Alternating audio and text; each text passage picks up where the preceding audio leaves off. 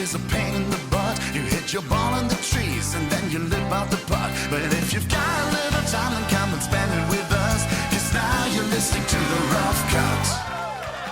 Well, hello, ladies and gentlemen. Welcome down to the Rough Cut Golf Podcast, where we have a special episode for you today, especially if you are fans of the YouTube golf genre. We're going to be talking everything Internet Invitational, the good, the bad, the massive fallout, and what has transpired since. It's going to be quite the ride, so thank you for being a part of the show. Thank you for tuning in. I've got myself, got Mick, got Kieran, got Murph, and I've got Jacob, so we have 5 people. And yes, I said people on the podcast today. Before we jump into this, I just want to give a massive shout out to the sponsors of this episode, our good friends at NordVPN. Now, NordVPN, don't skip forward, have been a partner of this podcast now for pretty much half a year, and they've been wonderful supporters of what we do. We are all Nordlings, can I call us Nordlings? You have now. We are Nordlings. Nordling VMPs. I don't know. I didn't quite know where I was going with that in my mind. But they've been great partners, and so many of you have actually clicked the link in the description below if you're watching this on YouTube. But if you're not, head over to nordvpn.com/roughcut for a discount. And the discount on the NordVPN is... If you buy a 2-year plan, you get 4 additional months completely for free. Perfect. It's Why a would bargain. you not take it up? First of all, it's a bargain. Yeah. And we love a bargain. Price of a cup of coffee. That is the price of a cup of coffee. However, the price of a cup of coffee is going up. It is. I paid £4.15 for one the other day. That is unfair. Coffee shouldn't start with 4. No. And do you know Just what? like a pint shouldn't start with 7. Now Yeah, that's yeah. a separate podcast. That podcast is coming soon. You know what else has gone up? Cost of flights. Yep. Cost of bookings for events. All of that stuff can be resolved if you just tell NordVPN you're in the country that you're flying to and or from. You can get local pricing on great deals. Great deals. Yeah, what we've done, we've used it throughout this year as well. I've been traveling to, because we've been traveling a lot this year, is to book on the country that we want, but also to watch our favourite kind of TV shows and sports coverage on our preferred sports apps. And the traitors. No, Yeah. not me. I watched those in Thailand. So I watched that in Thailand. I knew it. And also, what NordVPN does at a cup of coffee doesn't do, it does protect you as well online. That's actually smart. Your coffee does wake you up. Mm-hmm. Oh boy, it's going to be absolutely essential for today. So big thanks to NordVPN. Head down to description, nordvpn.com/roughcut, and it will help you on your internet journey. And let's talk about another internet journey that we've been having. Okay. So I'm just going to very quickly set the scene. So the Internet Invitational was a first of its kind.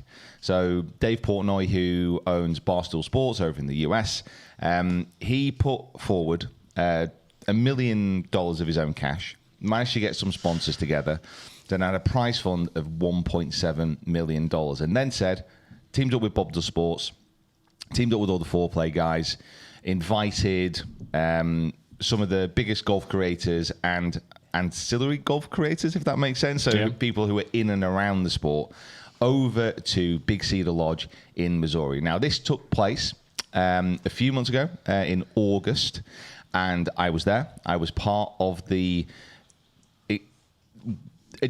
genre-defining event, I would say, so far.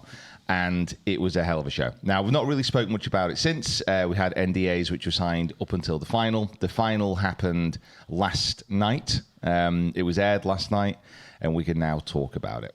So all the NDAs are done. Out the window. They're out the windows. Finished. So if you've not watched it yet, there will be spoilers.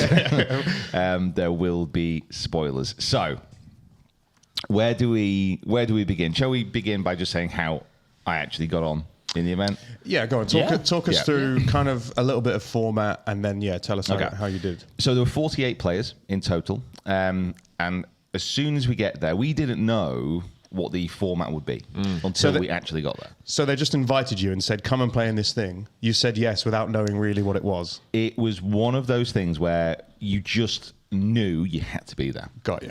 it was kind of like the first Creator Classic type of thing. You just wanted to be there because it was something new, something exciting, and there was a lot of, obviously, money on offer. So it was like, okay, cool. Didn't get paid to be there.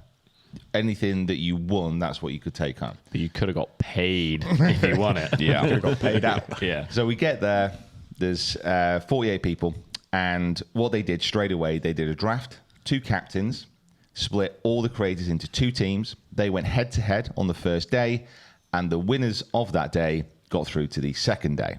Everyone else goes home. They continued this process until the final day. Now, the final day, when it was whittled down to 4 teams of 3 golfers, and I'm happy to say that I managed to get to this point. Played pretty well in the semi-finals around the Cliffhangers course at Big Cedar Lodge, which is just incredible. Played pretty well. DOD King, Carter, who I played with, didn't have his best day on the greens. We just fell short. And that's just golf. I think I've said this quite a few times on social. I am more than happy with how we played. It's not like Carter wasn't trying. You know, that's the thing. Like every single one of us has played golf, and every single one of us has tried hard, and it hasn't worked out. And we leave the course frustrated. I was really proud of my team.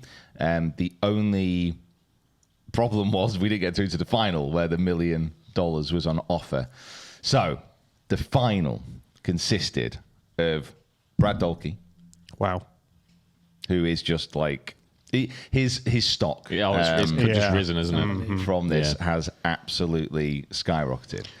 Francis, I didn't really know too well, and then Beef, who I think we'll speak about a little bit more as well as we go on. And then on the opposing team, you had Paige, Sporanic, you had Mo from Good, and then you had Frankie, who's part of the 4-play universe. It's like the MCU. 18 holes around Paynes Valley, and it was alternate shot all the way. Match play. Yeah. So that's the scene. The videos have been wildly well received. Probably, I don't think it's the most watched YouTube golf series in history. Has to be at this point. It has transcended the YouTube golf niche. Like we are talking about, probably because of 4-play and Barstool's kind of reach in the US as well. It's gone completely beyond normal golf watching. Like people who are watching this event would not normally be interested in golf YouTube. Oh yeah. You got LeBron James kind of tweeting about this. Yeah, You've yeah. got, Slip of the brain. Slip of the brain. You've got this whole event and this whole audience which has grown, and I walked away with some skins, which was good after one of the days. Do you want to just explain what a skin is? It's a format where you play for money each hole. And I managed to walk away with some cash on one of the days, but missed out on the final where the $1 million was on the line. And because it was split into 3 people, it was $333,000 each. Recurring. They're fighting over that last cent. So to set the scene, the semi-finals took place in the morning. The finals took place in the afternoon. So everyone who was around for the semis is still there. A lot of people who got knocked out even in the first round. So Rick, for example, he stayed, and a lot of other people stayed all week. The Duke. The Duke. I don't think the Duke slept. I saw things that implied that he may have stayed for like 2 weeks after everyone else went home. Like he was just he loved it. Yeah, he just loved it. What an interesting character. So funny. Get him on the channel. Wouldn't mind spending 18 holes with him. You probably wouldn't leave your kids with him. Just to clarify, because you don't trust him to look after them? Yeah. Okay, right. Yeah. Like the guy did not stop smoking. The guy did not stop smoking weed the entire time that we were there. Like just to walk past him would be considered a felony in about 30 states over there. It was quite something to behold. The fact that he was still upright on that last day was incredible. Anyway, the moving hotbox. Yeah, so you just saw him. He's like wearing wisp cloaks, like everywhere he went. It's like an ethereal figure, like coming out with his do rag on. So everyone was stuck around, so there's a lot of carts out there, and this is it. This is the money match. Now, I'm just gonna start setting the scene a little bit here. I was obviously out at this point, okay, but I wanted to watch the final.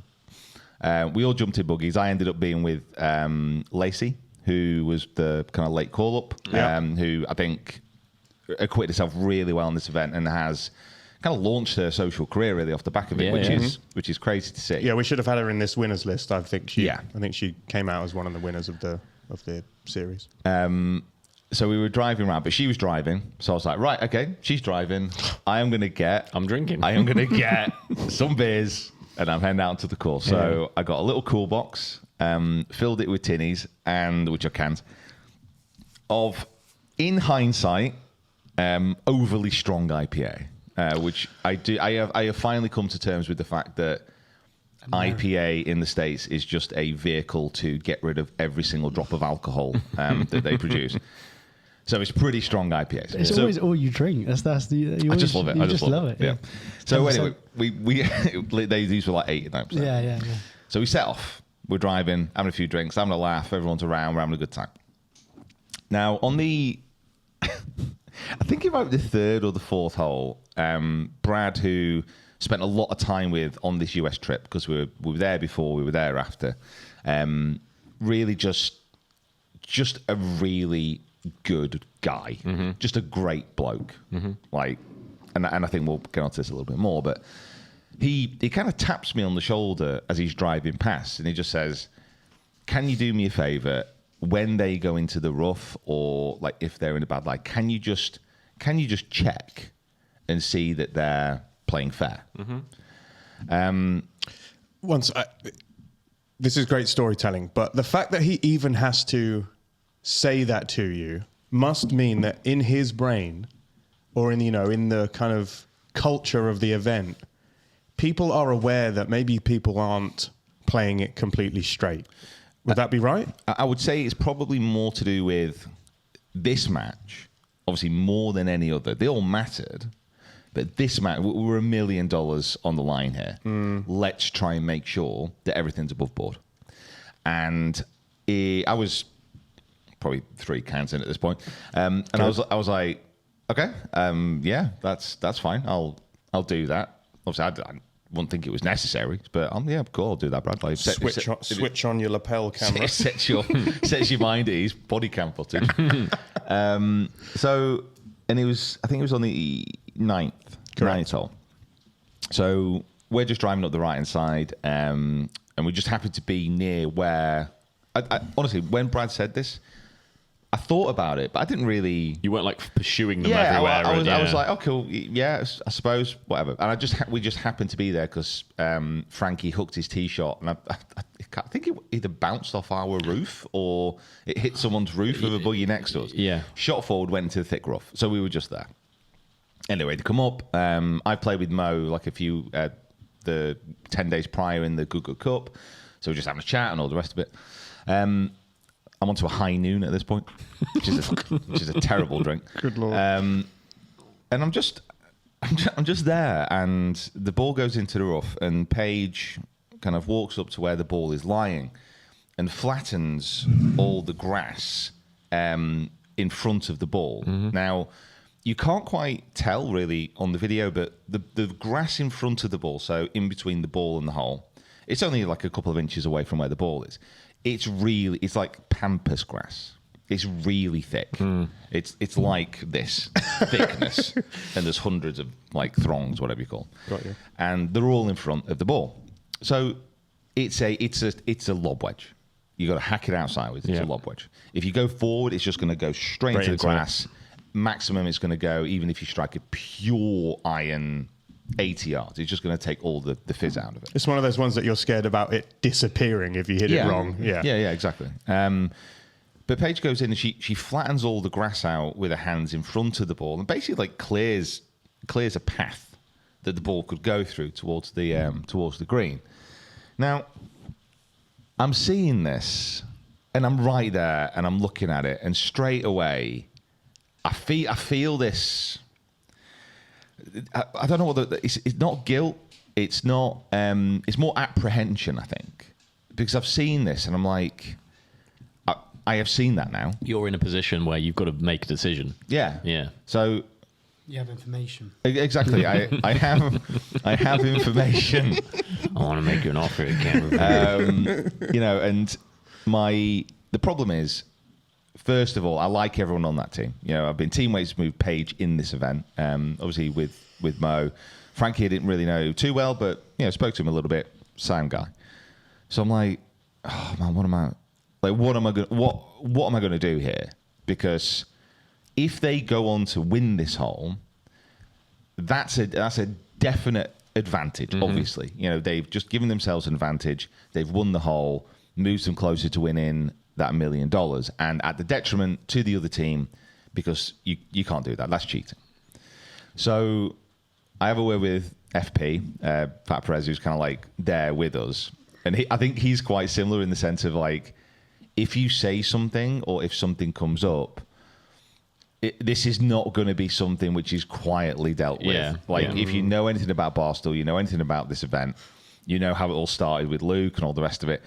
Anything that happens, they are going to be on it. Would you say that because of the Luke stuff earlier on in the week, that also had sort of affected your decision? Did you kind of go, oh, I know this is going to... Ruffle some feathers. Yeah. Yeah, it was more that. And I think you guys probably know me well enough now that I am probably not best suited to be instigating drama. Yeah. You are the anti-drama in most of these situations. You are trying to stay out of it. Calm down, guys. I will just be... Get along.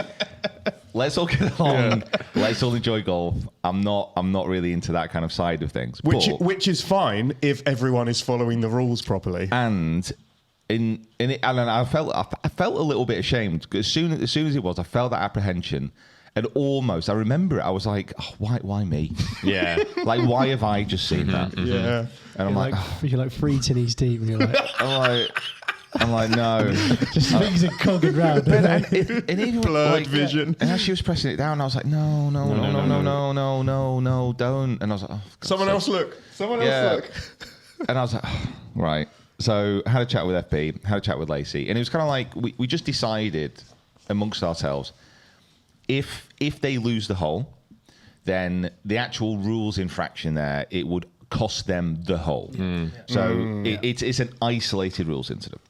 And they lost the hole. So I'm like, right, okay, that gets me off the hook a bit. You don't need to say anything. Yeah. Gets me off the hook here. I don't need to like make a big deal of it. But I think, right, well, all I'm going to do is I'm going to tell Brad.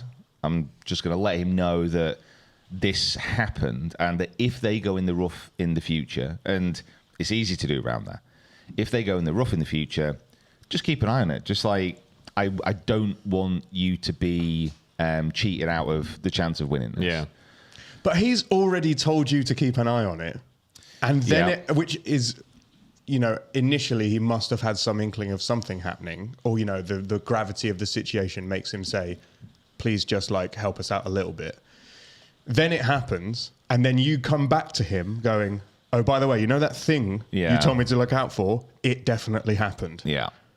So at that point, this is me exercising the demons, really. I'm like, okay, I've got this knowledge. Now you have it. Yeah. I'm off. Yeah. I'm going to go back to my buggy. I'm going to sip on my beer, and I'm just going to have a nice time for the rest. Sit there like this. Yeah. So how I thought, stupidly, how I thought this would probably be at that point is Brad would be like, right, okay, cool. Let me just keep an eye on it. Doesn't matter this hole because we won it anyway. So we'll just keep an eye on it going forward. And if you watch the video, you see that's kind of what he does. Yeah. He just gets into his buggy and they chat to Francis and he just says, oh, you know, this has happened. And Francis is like, and Brad's like, it doesn't really matter because, you know, the hole has been won. We'll just keep an eye on it. And Francis is like, no. I'm going to say something. I'm going to bring this up. Yeah. I'm going to bring this up. And obviously, I didn't know this was happening because I was out and away at this point, just by up the green. Gone to get another beer. Yeah. Hide. And Francis is like, he's like, no. Because I think what you didn't see on that video as well, he was like, no, I'm going to bring it up. And he actually, on that tee, he was angry. He was angry. I think he managed to calm himself down by the time he got to the green, where he kind of confronted Paige in a pretty, I must say, I think he was a pretty relaxed kind of manner. And it was almost like, listen, this has just happened. We kind of know what happened. Just please don't let it happen again. But the problem there is that they had already had a little bit of a bust up on green 1 and T2, where she She had wanted said, a 5-footer given or whatever. There was like a slidey putt to win the hole, and she was like, "How are you not giving that to us? Clearly, you've never played competitive golf." Yeah. Then on the next tee, he says, I have never played competitive golf. This is my side gig. Yeah. Oh, and by the way, we're both in the final. Yeah. How does that Yeah. make you feel?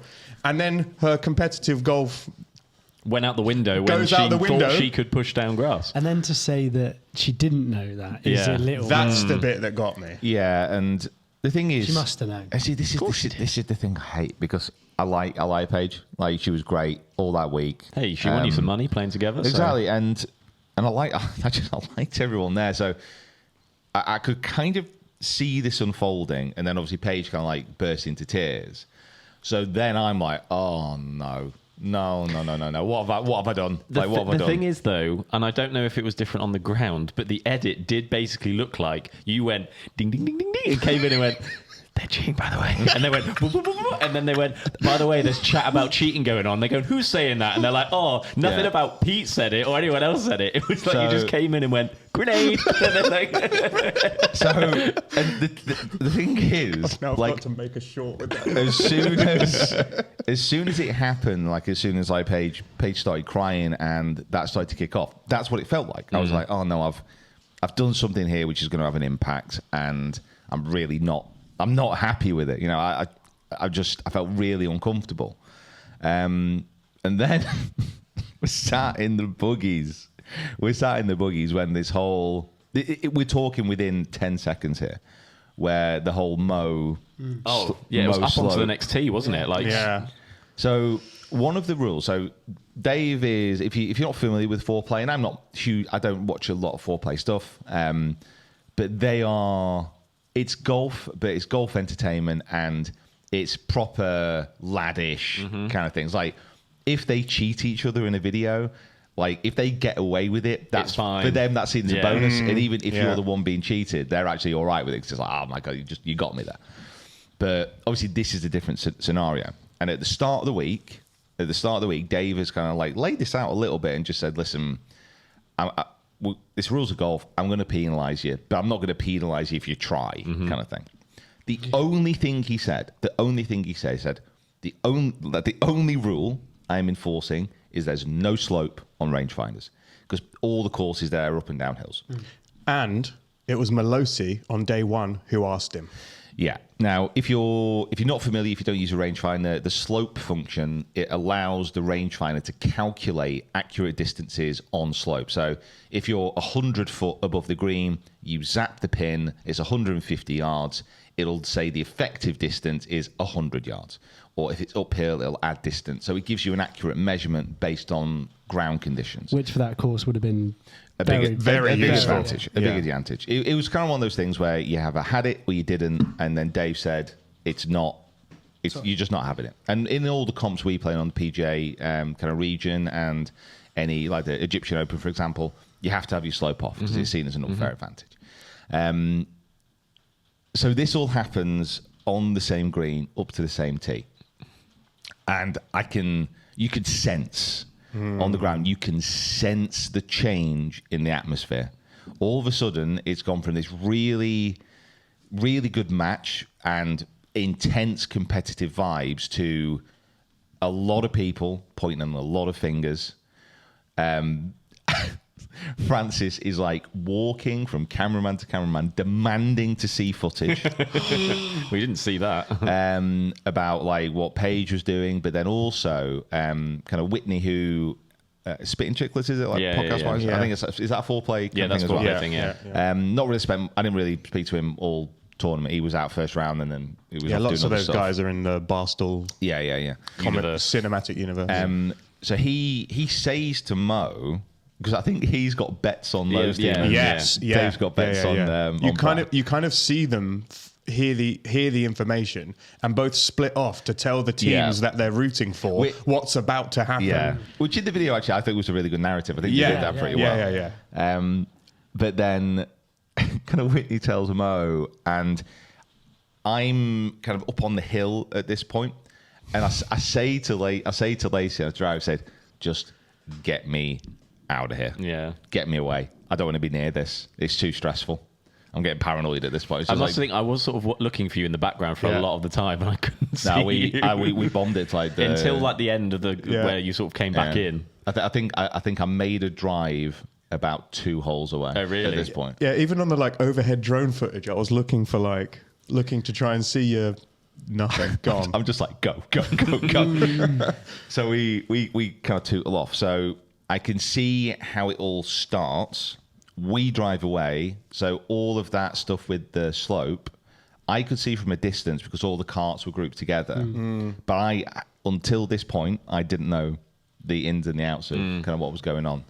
I knew the controversy was when Whitney told Mo went back to his buggy, reached into the back for his rangefinder, and is seen to fiddle with something on the side of the rangefinder where the slope function is. On most rangefinders, you have the body, and then on the side or on the top, there's normally just a switch. You switch it on, you switch it off, turn slope on and off. Where his thumb goes is the switch on a Bushnell rangefinder. That's all I'm saying. So it kind of goes there, and then he attaches it to the buggy.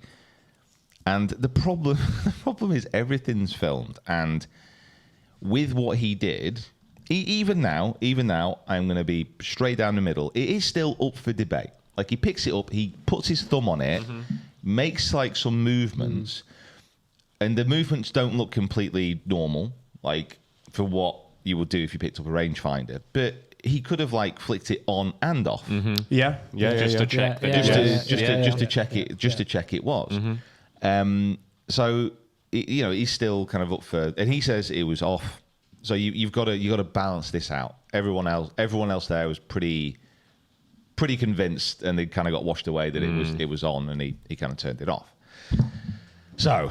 We're seeing this from miles away. The 18th, back in your lodge. You're hiding. I'm on a plane. At this point. I'm looking down at it from the plane. So all this is kicking off. It takes, I would say, about an hour and a half to play the first 10 holes.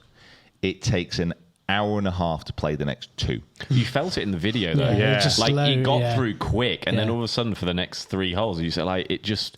I looked at it. I was like, "Oh my god, it's been like 45 minutes to go 2 holes." Honestly, and it all like it. The atmosphere is obviously completely changed now. Paige is obviously very upset. And everything. It's all Paige is in tears. Frankie's losing his mind. Mo is an island in a seething mass of sharks, kind of like gathering around him. Brad is like still trying to be locked in. Francis is running around demanding camera footage, and Beef is just stood there like he doesn't know what's happening. Luke Quan's still in bed. And it's kind of like what is going on? What is happening? Hey, money changes people. So anyway, it takes about 3 holes from the 10th, so about the 14th for things to finally settle down. And Dave finally like almost just confronts Mo on the green and says, "Because is it on? Is it off? What's happened?" Because within the rules, with match play and stroke play, it's different. Yeah. But within match play, if you are seen, like Paige with the grass, if you do that, you would lose the hole. Now, if Mo's had his slope on every hole and he's taking distances every hole, they would lose every hole. Every hole that he had it on for. The match is done. Yeah. It's 10 and 8 at that point. Yeah. So Dave pulled the swear on your mum's life. Sorry, it's God I God. know he said Yeah. God, but the British version to me is like swear on your mum's life. You did not do it. On my dead great grand. Yeah. And it's like because I was obviously watching it last night from under the covers, basically. Yeah. Like my eyes just poking out the top. Yeah. And the chat was Spinning. wild. Like when you do a premiere, you can basically It's like a live stream. it's a live stream chat, yeah, and it was going like a machine gun. You just couldn't like keep up, but it was all saying the same things. Yeah.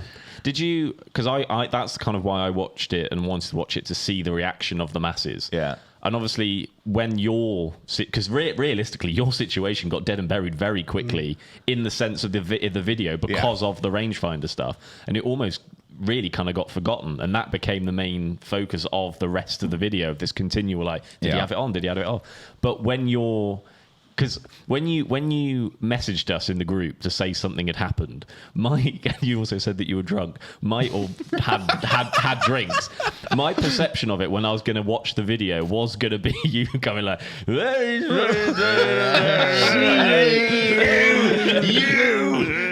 Well, actually, I think you were quite articulate in the way you did it, and I think the way you went about it was smart. But you saw in the chat, and obviously I know Paige kind of came off the back of a little bit of backlash / a lot of backlash on the last video because of the whole team situation and feeling that so maybe she wasn't everyone's favorite person at the time, but you kind of saw, it was a 95% split of people supporting your decision.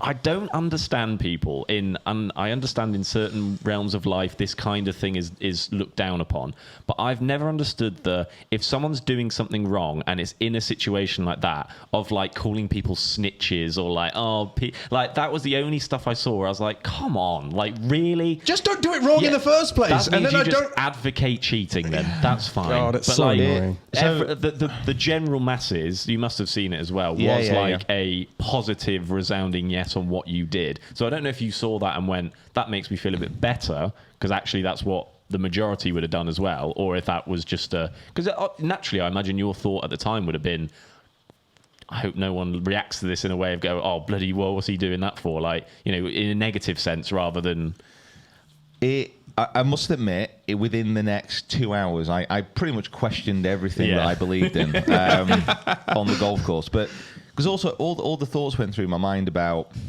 because obviously this is a YouTube video, but it's sorry, let's clear my nose. It's a YouTube video, but because of the stakes, it's not. This is a competitive round, and it's not like within YouTube videos that we filmed and that we've been a part of. Like there's courses that we've been to, for example, that they've invited us down. We're really excited to be there. That we've played in like a Scratch Golfer episode, for example. If we hit it down and it finds like a really bad bare patch of kind of land, it's like, well, this doesn't look great. We're just going to move it to the side so the camera doesn't see this. Or I remember when I injured my wrist for the first time when we were filming. Anytime I was near a tree root, I'm like, I'm not. Yeah, I can't do that. It's just not worth it. I'm not hitting this, so I'll move it to the side. Yeah. Construction on a golf course, like we want to, stuff like that. Yeah. There's little bits where you can, and like with there's just little things that on a YouTube video where it's a score based or it's a match based, and it matters. And as long as you speak to everyone and everyone's happy with what you're doing and what they're doing, and the rules are the same for everybody, then fine. Like it's fine. It's YouTube. It's great. It's it doesn't have to be this exemplar of golf rules every single time. But as soon as you switch to a competitive environment, as soon as you switch to a pro event like that we play, as soon as you switch to something where there's a lot of money involved, the rules of golf have to come through so it's fair for everyone. And as soon as it happened, I knew that I had to say something. But I also caught myself and said, well, let's say I was in the final. And let's say Josh, who's like a pretty new golfer, let's say he did that. And let's say it's on the 17th and we're 1-up. Yeah. And I was kind of questioning myself, what would I have done then? Would I have done the same? Yeah. And I would like to think yes, but also would I have handled it differently? Mm-hmm. Would I have like approached Josh directly? And obviously, Josh, I'm using an example here. Obviously, this didn't happen. Yeah, Josh. You should cheat. Or like, I didn't want to say it, but you or did. like, I see, like, let's say I'm teamed up with Brad, and he's addressing the ball. Another historic cheat. And he's like addressing the ball, and he's looking at the target, and let's say the ball moves, and I see that. Yeah. Do I then say something? Do I does it change if they're on my team or they're like somebody I've known for a while and they're a really good friend? Does this change what I do? And I would like to think that I would be honest enough to not cheat. And I think it's important on events like this that you don't, and you stick to the rules. And golf is one of those very, very rare sports where the integrity of the golfer has a direct impact on the result of pretty much every single golf tournament. You are self-policing. That's the whole point of golf, is that you have a code of honor, that you understand that without those rules and without you sticking to those rules, the whole thing would fall apart. I just wanted, and honestly, the next 2 hours were just like a blur, because I was just like going over these things in my head, obviously fueled by the IPA. And I was just like, what would I do? What would I do? I think what the would I blur do? was the IPA. I don't think Yeah, and I was on the phone to Carly. I was like, I don't know, like everything was going on. Tell me if I love him. Yeah, so it's like, what did I do? What did I do? we're going into witness protection. So all this was absolutely like flying through my brain. Has anyone seen a Peter Finch video for the last 6 years? Absolutely not. The thing I don't get is you've got the whole state of Utah with a camera filming in those videos, and she does it. Like, how do you not think that's going to get caught? I don't understand how you wouldn't.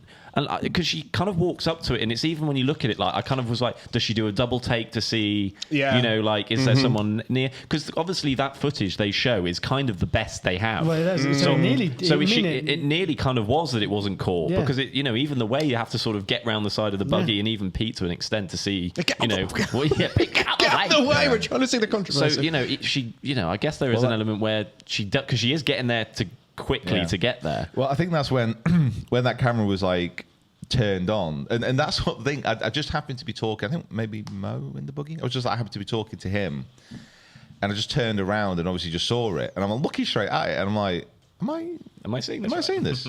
Is that? Oh, and then I just like walk away, and I'm like, and that's when I started like, oh, yeah.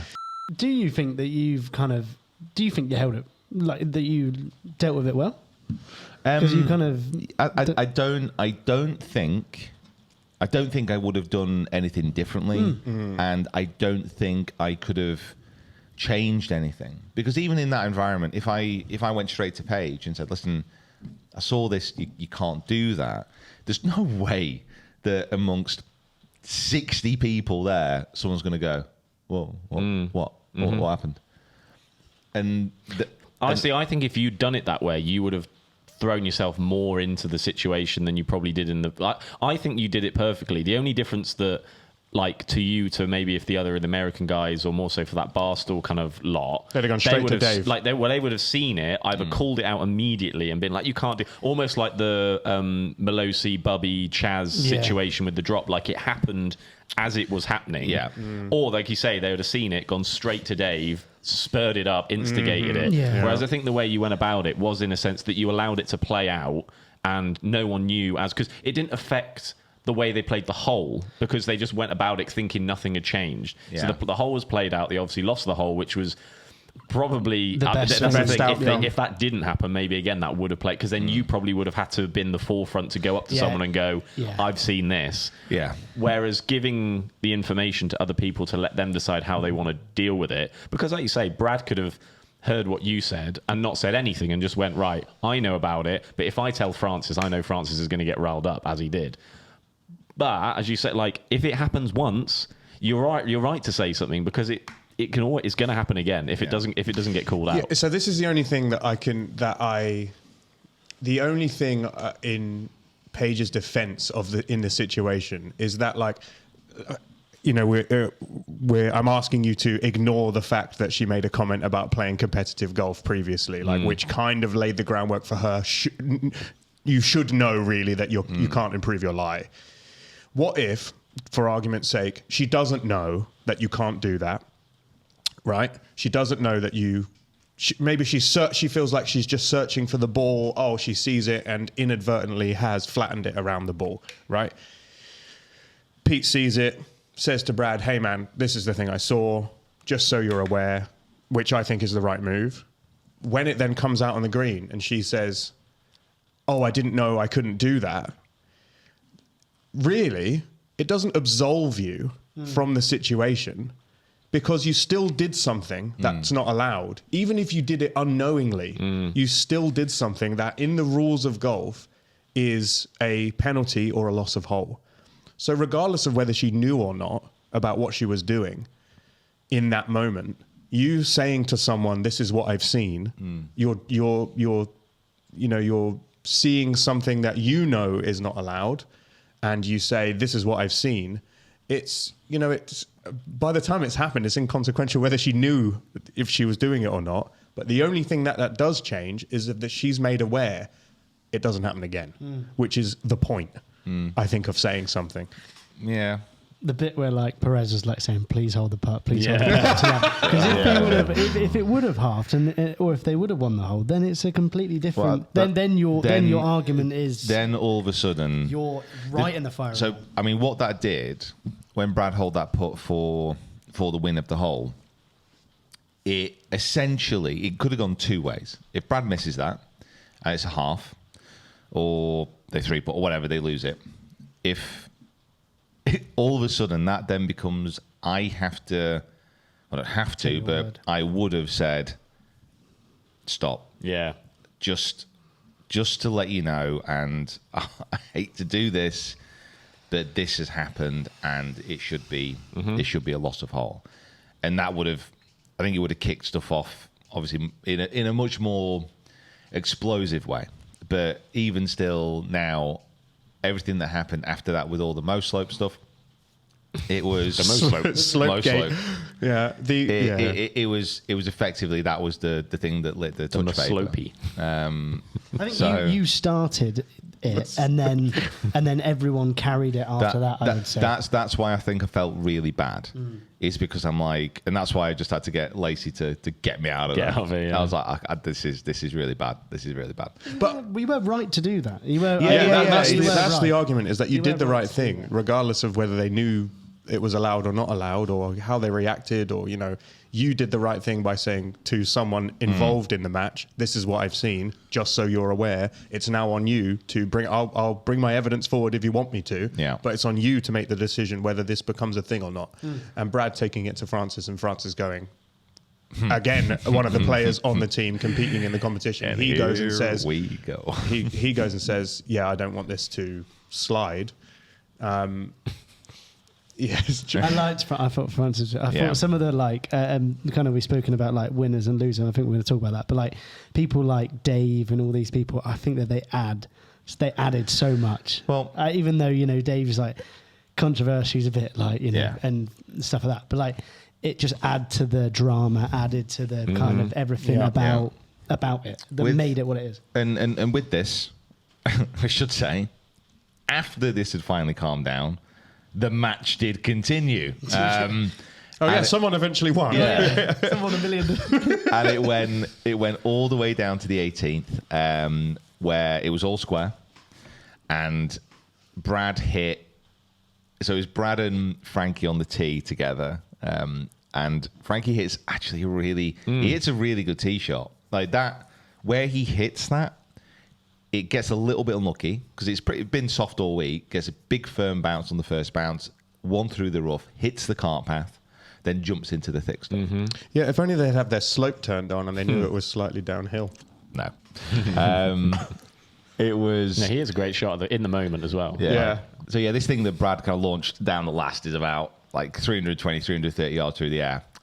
They managed to get a par, and Beef, who... Cody Frank, if you're not familiar with what happened, I hadn't met my Beef until that week, and we kind of had a few chats. Just a really like nice guy, just a really nice bloke, really polite, and he had the first shot of the tournament, had the last shot of the tournament because it was conceded after Frankie whacked one in the water, and if you're not familiar, he passed away a few weeks ago. It was, I don't know, really. It was just a real shock. I mean, it was kind of like one of those weird things where you see someone a few weeks ago. Yeah, and you don't you're like, oh, nothing's going to change. Like No, nothing. It was You so, met a new person, and It was just so weird, and like the way that they handled it, because with an edit like that, and with the whole everything that's been going on, to finish the video as they did, and if you've not seen it, please do. I think it was really well and tastefully handled, and the whole production of the week and the way that they edited it and the amount of work which must have gone into it was incredible. So I think the production team, the camera guys, the guys who edited it, just an amazing job overall. Because I think I said to you guys, like, especially like the first days, you've got 48 people, 24 matches. Each of those matches, you had a GoPro in each buggy, and you had at least 3 cameras with a group. and a drone. Just imagine. And a mic system. Yeah. And, Yeah. you know. I couldn't even comprehend. Oh my god! We do a 3-camera setup with a drone, and whoever has to edit it, For one person. begins to struggle by the end of that week. But, wow. Yeah, the camera guys, you could see on the videos, there was a combination of people from Barstool, and they had clearly roped in a couple of people who we knew. I knew Carney was on there. There's a few other people that we've worked with before. So the filming must have been ludicrous, and the edit for that must have been absolutely insane. But I agree. I think they did a very good job of highlighting what was actually important at the end of the match. Yeah. Yes, a team won loads of money, and yes, there was loads of drama, and the video was incredible. But really, like the celebration of Beef in that series was so good, and he was such a good character, and he came across like a really nice guy. So yeah, I think there was plenty of people who were commenting saying that they were in tears. It was a very emotional ending to what was a very emotionally charged series. So I think they did a great job. The only other question is, do they rename the tournament for next year now? Because it could be the Beef Tribute Invitational, or let's immortalize him in some way. That would be cool. I think there was quite a kind of funny moment on the course where he hits a shot, and like they're talking about like sticking a plaque there. Oh yeah, he lays up on a par five. He hits like a 90-yard layup on a par 5. Get the plaque down. That was so sick. And I think that'd be really good. I think that'd be. This is the place that. I think that'd be funny. Banging, that's cool. I think that'd be good. But yeah, I mean, just a really lovely bloke. So it was like, man, it was weird. I mean, it's such a strange situation. I think from what I understand, and from like the people I've been talking to, I think kind of Dave Barstool and like the guys, they're really looking after like his family. Yeah. So Yeah, that's good. Yeah, I Good think news. I think overall it was a really good kind of send off him as well. Should we talk about the rest of the winners and what we perceive as the losers for the series? Are we going to get into? Let's just talk about Brad to begin with. Yeah, I mean, wow, he's what a few weeks. It's so August. So bear in mind, after this was the Creator Classic, which he went on to win. Yeah. Obviously playing amazing golf and really just bringing himself to the forefront of what a very, very good YouTube golfer looks like. Like he's kind of the best really now at the moment, and he's just the way that he comes across as well. Like to be really professional, to be really good at golf, to be a really nice guy. And to be, I'm going to use this as a nice terminology, but to be quite unbarstool. I know what you're saying. Just like a gentleman golfer. Yeah. Yeah, shirt tucked in. Yeah, who just happens to be really good. Like, really good. So I think he's come out of it fantastically well. And I don't think that's the biggest compliment I can pay for Brad is he's come out of it really well, and he's come out of it really well for being himself. Yeah. It's not like he was trying to put on any airs and graces or pretend to be anyone that he wasn't. He was just himself. Yeah. And I think that's He wasn't pretending to be the best golfer of the entire event and to win. Yeah. He just showed it. He was just like, I just am. I can't remember what club he hit. It was like 202 out. out of like the semi-rough kind of thickish stuff on a slope to about 4 foot, and I was just like, yeah, you are silly. And the bunker shot, I can't remember what episode. On the semi-final. A bunker shot semi-final, 40, 50 yards up the way. That huge flop any shot. chippy hit, just opening it up on the tightest lines and just nip it up. It was ridiculous. That bunker shot he hit in the semis, it was one of the best shots I've seen. Yeah. He hit a load of good, like really good putts as well. Like he hits the ball a long way, and he does very accurate, but he putts really well as well. Yeah, I hated him in that moment. It's like, what a dick! Why would you do that to me? Yeah, I suppose it was against you, wasn't it? Really? Well, and then bloody DOD missed the putt. Let's talk about people who maybe didn't come out as nice as they would have hoped. I mean, I think we had. Chaz obviously came across really well. What a player! If he wants to come on the Peter Finch Golf Channel, we'd love to have him. Yeah, and again, one of those guys who spent a fair bit of time with over the week, and just a great guy. That I want to kind of reiterate. Pretty much every single person that I met that week who I hadn't met before were great. I didn't walk away from this thinking I didn't like anybody, which is, I think, testament to the sort of YouTube golf environment anyway. Yeah, absolutely. And you could tell it was driving Dave mad. Why are all these people being nice to each other? He couldn't get it. He couldn't understand it. But even Dave, who I know splits opinion wildly, just seems like a normal bloke. I've spoken to him a few times, just a nice guy. He wants drama. He wants the story. Yeah. He's willing to do a few things and needle a couple of people, but he just seemed like he was there to have a good time. And you need that to, like, for something like this of this magnitude, and so many different personalities, to have him kind of rile it and steer it a bit. And that's what they do. Yeah, exactly. Absolutely, that's what they do fantastically. Yeah. I thought the courses came out amazingly well. What a crazy place. I honestly, if you have the chance to go to Big Cedar and play the courses, stay there. It's a hell of a resort. It's not cheap by any means, but it's just fantastic. It's just, I got there a little bit early, and I remember coming off the Cliffhangers course, just went out there, had a bit of a knock.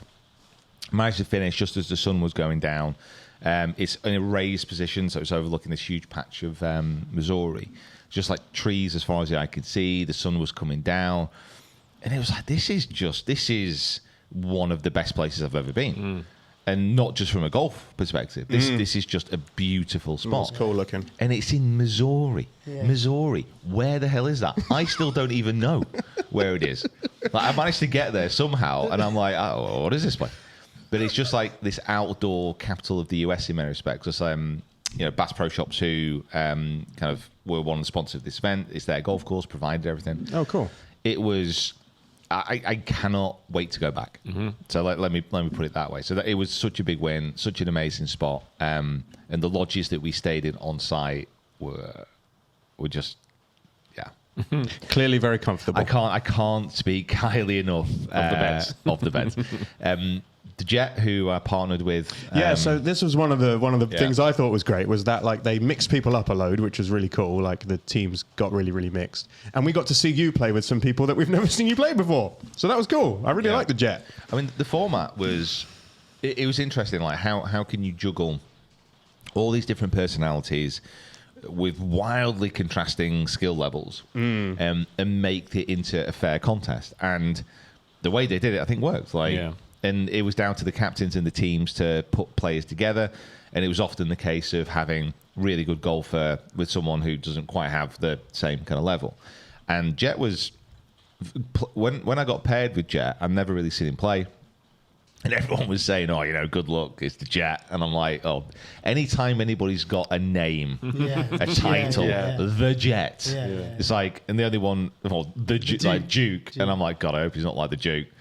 And anyway, we got on really well, and he played great fall, really up for it. I think he came out really well, like second best player in Bob Does Sports, I reckon. So the Duke, they're gonna love that, by the way. The Duke, talk to us about, because he was someone that Bob found whilst playing a round of golf on a Muni somewhere in America. I can't remember. New York, potentially. He's from New York, isn't he? Yeah, I think so. So Bob's like turned up to this golf course and seen this guy and gone, "What the hell?" I think is did he not that?" get paired with him or something? Didn't they just basically get on the? It was like, like, you know, when you sort of get a tea time and you sort of get added. Just- yeah, he was just an on, added, Yeah. So then he says to Dave, "Oh, we have to have this guy at the Internet Invitational," and he was one of the highlights for me. Yeah, he was. Well, He was mad. thing is, he turns like on the first day. He turns up, we get to the range, and I'm kind of hitting a few shots, warming up, and this just waft, this waft of like hash, like just So my granddad.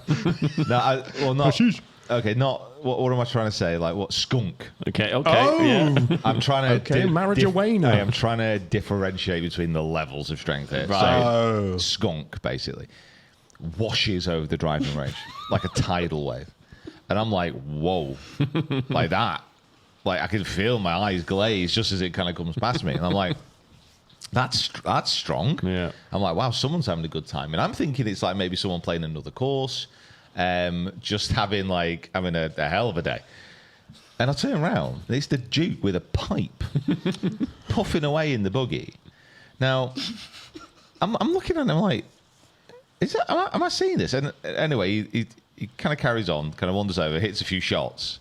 Like any normal man would have been on their arse at this point. Like it was strong enough to down a rhino, and he walks over, starts hitting some shots. We start talking, and he's like, "Yeah, man, I'm not like slept for like 2 days. I'm going to try and keep it going. Yeah, I'm going to do this. I'm going to rip some darts. I'm going to keep the drinking going. I'm going to like he said some other stuff as well." And I'm like, right. Hi. Yeah. And I swear I am not making this. I promise you, I am not making this up. He introduced himself to me 5 times that day. Oh, really?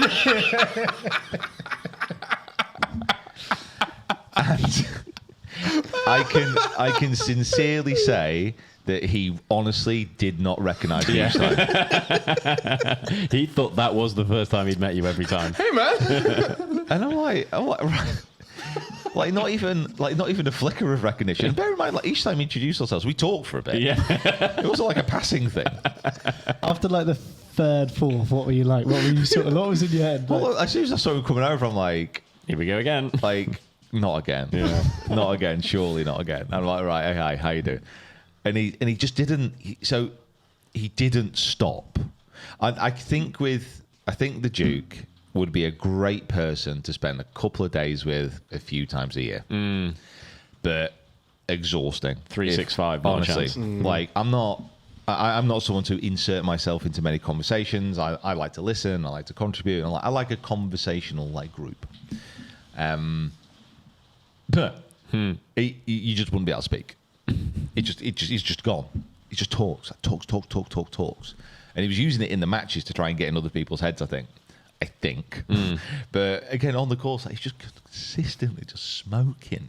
You see this, see him just puffing on this pipe, like ripping a dart, reaching down, having a drink. I'm like, I don't know how he's physically doing it.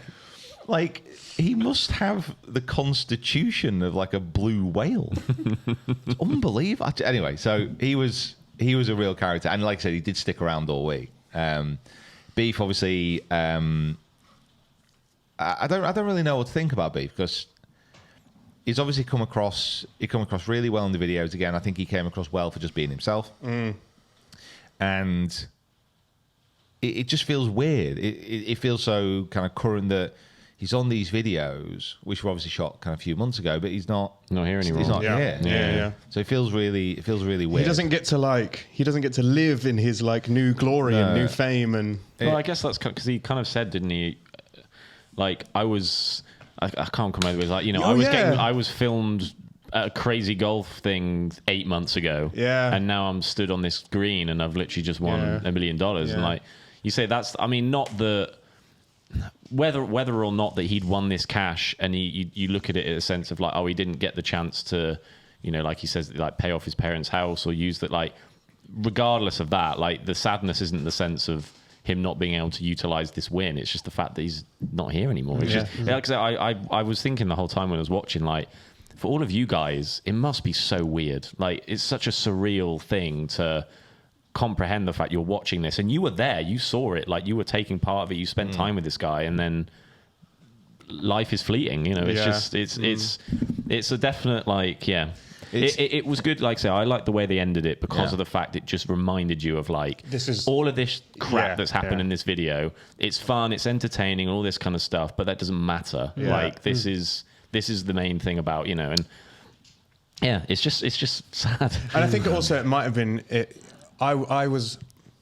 I was a little bit, not miffed, but I was a little bit disappointed that they didn't do like a total at the end of all the money that everyone had won. Because they've been talking about it for the entire series. Like, oh, you've won this skin, you've won this match, you've won this match. There was talk of people, you know, however much we win, regardless of who wins it, we'll split it evenly amongst the teams. I would have liked to have seen, like, maybe it will be coming, a like readout of who won how much. But at the end, doesn't matter. You know what I mean? Like, we're not, really, we've been talking about it the entire time.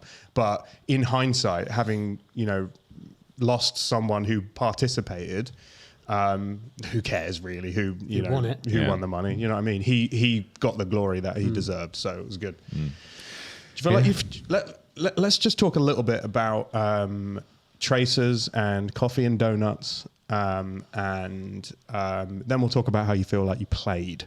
Okay. Tracers. Have any of these people ever been in a YouTube video before or not? Oh, well, they're just stepping. So I think it's... So everybody...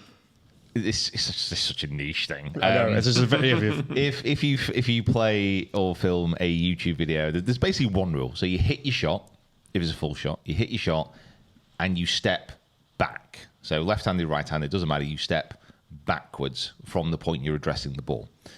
And what that happens is there's a clear shot for where the tracer is going, and pretty much consistently throughout the whole event, I think because it was pressure and money and the situation that you're in changes how you act. I think we've seen that. But especially with tracers, like if you hit a really good drive and you're a bit pumped up, the last thing you're going to be thinking about is stepping back so the tracer can get it.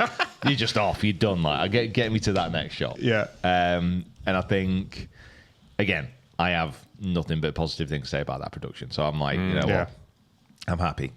Coffee and donuts. You got plied with a lot of coffee and a lot of donuts. Yeah, it's like a dream situation. Yeah. Playing a great golf course and then getting free Dunkin'. I mean, come on. Perfect. The I've told you about the prize I won, the Dunkin' prize. No. So on each of the day, there was like a nearest to pin, there was some longest drive things. Yeah. But I think they were there just to satisfy the sponsor. So it was like a Dunkin' long drive. And on one of the days, I won it. But there was never Dunkin' long drive. There was never any talk about what it would if you won anything. So I hit it down there, and I wasn't even going to move the sign. Yeah. But I was like, you know what? Yeah, I'll do it for the camera. Camera's here. So I wrote my name on it, chucked it down the fairway. 3-wood. Well, I wish. And then got a contact from this. Oh, congratulations, win the long drive. You've got like a, I can't remember what it is, but it's like $500 of, it's like a $500 gift card. For Dunkin'? For Dunkin'. Wow. Problem is, I live in the UK, and there's one Dunkin' within about a 30-mile radius of here, and that's back in Preston. Really? So I'm like, I think there's one in Piccadilly Station. I think there's one. Yeah, I think so. There's one in a station in Manchester. It's not, which is not helpful. It's still not quite as feasible as me just rocking up to a drive-thru. Exactly. Yeah. So, but my kind of family still lives in Preston, so I'm gonna give it them, and they can just kind of get donuts. But yeah, it was great. I mean, just imagine having a coffee sponsor. It's like my dream. Okay, so if you'd Not like so to, much donuts. If you'd like to sponsor a golf YouTube channel, here's Peter Finch. He loves coffee. He drinks it religiously. If you'd like to sponsor, there it is. If you'd like to sponsor a golf podcast, this is the Rough Cut Golf Podcast. If you own a coffee brand, we'd love to have you on board. Oh, that's the sponsor alarm. Yeah, we've got one in. New sponsor alert. That was quick. I mean, how long are we actually through the podcast right now? We're an hour and 4 minutes in. Okay. Probably. Because this doesn't sound like a drill. No, it doesn't. So- it's raining. How can it be fire? This has obviously got to a centre somewhere, hasn't Yeah. it? Oh. Anyway, well, I mean, I think we've talked everything through, Yeah. haven't we? Guys, thank you. Oh. All right. Oh, no. Hey! The show continues. Another hour. Oh, we can chat again now. I think we've covered most things. Oh, haven't we? yeah. I think we got through most things. Good Lord. So yeah, I think overall, massive success. Is there going to be an? Is There is still something going. Something's happening. Yeah. It's somewhere Must be a else. test Car somewhere, alarm. yeah. Gotta be, Is isn't there it? going to be another one? Was there like talk of it or? It's like I am like You're triggering it. yeah, it's like I'm Whenever you doing talk- something against what I signed, maybe the NDA. It's like an NDA trigger. Every time I go and You're talk thinking about something too early. I would say yes, massive success. Probably going to be held again. Let's see if we can make it bigger and better. So, guys, thank you so much for listening. We are about to escape the burning inferno and get. Oh, that's you turning it down. And we'll see you next time. Thanks for listening. Bye. Bye, everyone.